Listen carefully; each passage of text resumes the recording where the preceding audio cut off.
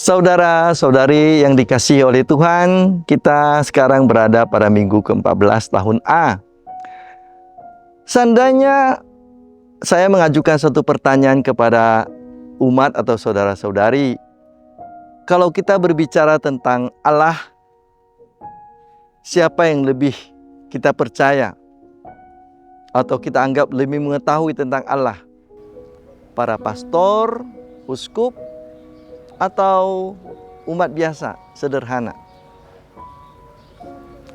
Saya pikir sebagian besar dari kita akan mengatakan tentulah para pastor, uskup. Karena mereka belajar khusus tentang teologi, tentang kitab suci, tentang hal-hal yang berhubungan dengan hal-hal ilahi. Sementara umat jarang mendengarkan hal tersebut. Paling dalam khotbah atau kalau dia baca sedikit kitab suci, tetapi mungkin dasarnya kurang. Tapi benarkah saudara-saudari bahwa para imam, hierarki uskup pasti lebih mengenal Allah daripada umat sederhana yang tidak belajar di STFT atau sekolah tinggi teologi lainnya? Belum tentu. Karena mengenal Allah tidak sama dengan belajar tentang Allah atau ilmu tentang Allah. Mengenal Allah adalah suatu pengalaman yang langsung berhubungan dengan yang ilahi dalam hidup. Yaitu tidak mesti lewat buku, tidak mesti lewat kelas. Saya takut justru orang-orang pintar yang kita anggap pintar, para imam atau para teolog, para uskup, mungkin berbicara banyak tentang Allah. Tetapi belum tentu mereka seperti orang awam yang dekat berbicara dengan Allah. Bisa saja para frater, para pastor, para uskup membaca banyak buku tentang Allah, mengkhotbahkan tentang Allah. Tapi kita mau bertanya, apakah sering berbicara dekat dengan Tuhan, dengan Allah? Bisa jadi orang-orang awam seperti orang biasa lebih rajin berbicara dengan Tuhan, dengan Allah dalam hati, dalam pengalaman mereka.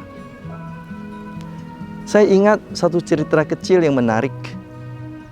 Ada seorang Katolik Tionghoa. Dia kalau pergi ke pasar pasti melewati satu gereja. Dan kalau dia lewat depan gereja, dia selalu menunduk ke gereja dan mengatakan, "Tuhan, Owe datang." Lalu dia pergi berjualan di pasar. Dan kemudian ketika dia sore sudah pulang, dia lewat depan gereja lagi, dia menunduk di depan gereja, "Tuhan, Owe pulang." Itu dibuatnya setiap hari. Pergi, Owe datang, pulang, Owe pulang. Dan kemudian suatu saat dia sakit dan meninggal. Di tempat tidurnya ketika dia sedang dalam saat-saat terakhir, ia melihat tiba-tiba Tuhan Yesus datang. "Hai anakku, Owe sudah datang. Mari kita pulang bersama-sama ke rumah Allah Bapakku." Bagi Yesus, keakraban dari umat tersebut itu menyentuh, dihayatinya, dihidupinya, meskipun sederhana kata-katanya, tidak banyak, tapi sungguh-sungguh datang dari pengalaman hidupnya. Owe datang, Owe pulang. Setiap hari dia menyapa Yesus, Tuhan. Dia mengenal Yesus dengan pengalaman sungguh-sungguh dari hidup hariannya, bukan membaca buku tentang itu. Nah, karena itu Yesus dalam Injil mengatakan dengan jelas, ia bermuji Tuhan yang berbicara, mengungkapkan misterinya bukan pada orang-orang bijak dan pintar, tapi pada orang-orang yang sederhana.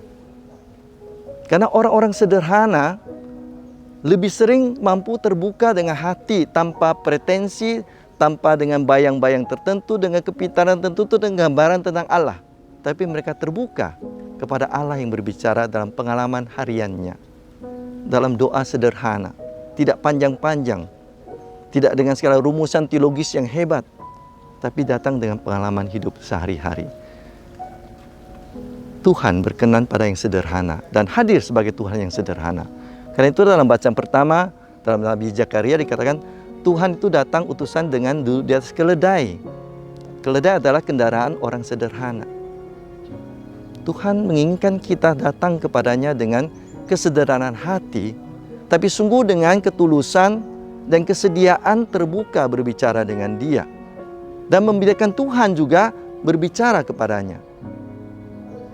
Lebih penting bagi kita mendengarkan suara Tuhan berbicara daripada kita berbicara tentang Tuhan.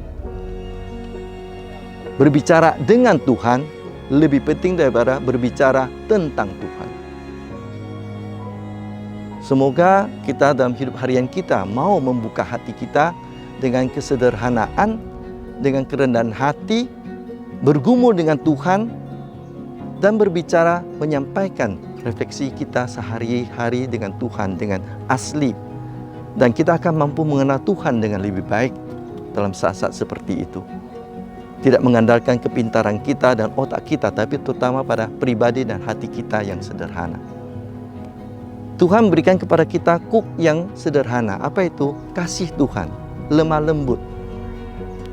Jika kita mampu berbicara dengan Tuhan dalam hidup, dalam kasih, dan mengasihi Tuhan, yakinlah bahwa kita akan mampu mengenal Tuhan dengan lebih baik tanpa harus mendapatkan gelar yang tinggi tentang ilmu teologi.